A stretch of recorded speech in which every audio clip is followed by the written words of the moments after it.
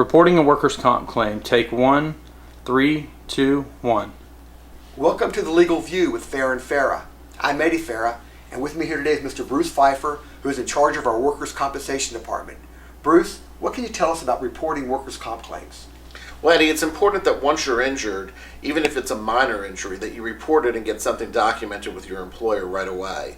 Oftentimes people feel that it's a minor injury and that it's not going to be anything that lasts, and so they don't report the accident. And then later what happens is that people forget what happened.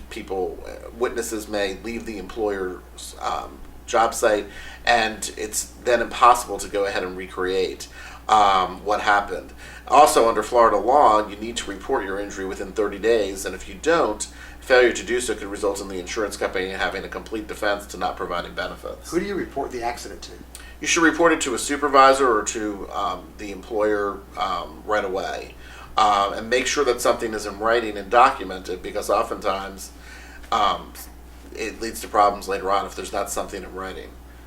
You talked earlier about applications and employment and applying for a job.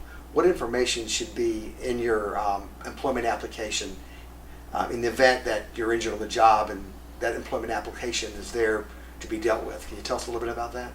Sure. When hiring on for a position, it's important when you get a post-hire questionnaire that you disclose all your prior medical conditions and pre-existing conditions, simply because if afterwards if you misrepresent that, what potentially happens is the employer carrier will have what's known as the Martin v. Carpenter defense.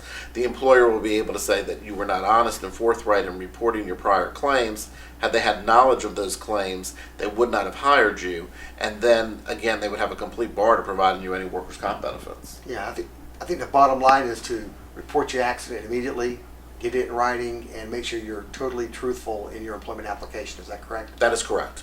Thanks for tuning in, and thank you for watching the Farah Farah